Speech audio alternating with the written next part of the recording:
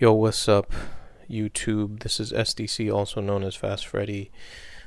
Today, I want to talk about having a roster, the importance of having a roster. Um, and it's the same reason, if not even more important than when you're regular dating. Um, I've been, I've been doing my thing, sugaring, getting to know new sugar babies, getting on the site, getting numbers. And for whatever reason, the quantity of girls on the site looking for sugar daddies has dramatically increased. I mean, there are new girls every month. It's pretty crazy. And I don't live in a, particularly busy city. I live in Sacramento. But it's just insane how many new and young and beautiful girls are on the site. I think maybe it's been like circling around Facebook and social media, and so it's now like a really common thing, which is kind of what I predicted, is that a lot of girls they feel like they're not getting anything out of regular dating. They don't necessarily want to be married, so if they're going to screw around, they should get something out of it. So a lot of girls are jumping on the site. The issue with this pond is it's full of also bad quality, a lot of quantity, poor quality. Already dating is annoying and messy, and girls particularly are full of it. They're not responsive, they're flaky, they cancel. It's a lot of BS. Sugaring is even worse. I think there's a couple reasons I think for that. I think a lot of the girls on there are not serious. A lot of them are super beautiful, but they are entitled, so they don't respect men. A lot of the girls on there are scared. I mean, typically the guys on, sugar dating sites are, let's be real, they're betas, they're desperate. Some of them are not good looking, they're old. So there's like an element of danger, and a lot of the girls are just kind of green. So you're going to get a lot of maybe increased even attention if you're doing it right. And if you follow my videos, you'll learn how to do it right. But at the same time, you're going to deal with a lot of BS. And so it's important to have a long list of options, a lot of girls that you're talking to, a lot of girls that you're seeing. So you, number one, won't get frustrated when you deal with the BS. Because you're going to get girls that show high interest and then disappear. And you could be doing everything right and it has nothing to do with you. So that's the first thing. And you're going to get frustrated if it's one girl and you're focused on one girl. Another thing is, it'll also, just like dating, regular dating, if you have a roster of girls that you're talking to, it's going to make you act right. Basically, you're not going to act desperate or needy. You're going to be able to do all the right things because you're in abundance and you have options.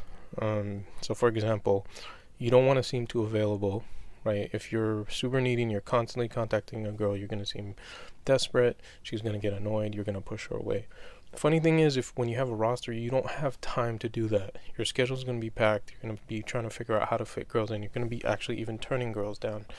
And that's going to make you seem a lot more high value, because they're going to be like, damn, he doesn't care to see me. That means he must have options. That means he's not needy. That means he's, so it's going to have you actually just naturally acting right. So it's important that you have this long roster of girls that you're constantly talking to, again, so you don't act needy and so you don't have to deal with the BS. Now the trick is obviously getting in that abundance. That's always the trick. Whenever you hear all these dating coaches say you should be in abundance, the trick is, well, I'm not in abundance. Yeah, so that's, you gotta follow the videos and get a bunch of numbers, be talking to a bunch of girls, and then you'll be in abundance. And even if you see a girl that you like and you connect with her and everything's going well, you don't know what the next week will bring. A ex-boyfriend may have come into her life. She may find another sugar daddy. She may have been comfortable one week, the next week she wasn't comfortable. She could have a death in the family.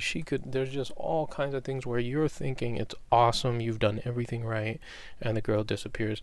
So do not drop your options, even if you find a girl that you like, and until you are seeing her consistently and you're positive that you can trust her.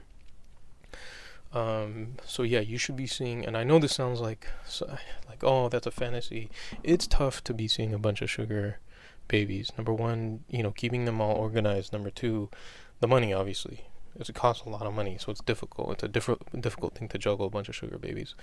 But yeah, if you don't do that, you're going to go crazy, chasing one, after she doesn't respond, and you have, blue balls because you didn't see her. You were planning to see her. You cancel meetings so you could see her. Cancel plans with your friends so you could see her, and then she disappears. Then she wants to see you the next day. Then she doesn't respond. There's just all these shenanigans. Even me as a veteran, I'm doing things right, and it's just super frustrating. But the reason why I'm cool is because I have, I'm contacting sometimes like 10 girls at a time. So if one cancels, two cancels, sometimes I'll text 3 girls for one time slot. And, sure enough, only one will respond. Or if 2 responds, then I have to say, oh, you know what? Sorry, I got booked. And that even makes you look like more of a high value man. So anyway, that's my thought for today. Leave your comments below. Let me know what you think. Let me know your experiences with sugar babies, or just dating in general, or just, flakes in general, or even flake if you're a sugar baby or a girl. Let me know about some stories that you've had with flaky sugar daddies or guys. So thanks for listening. Talk to you soon.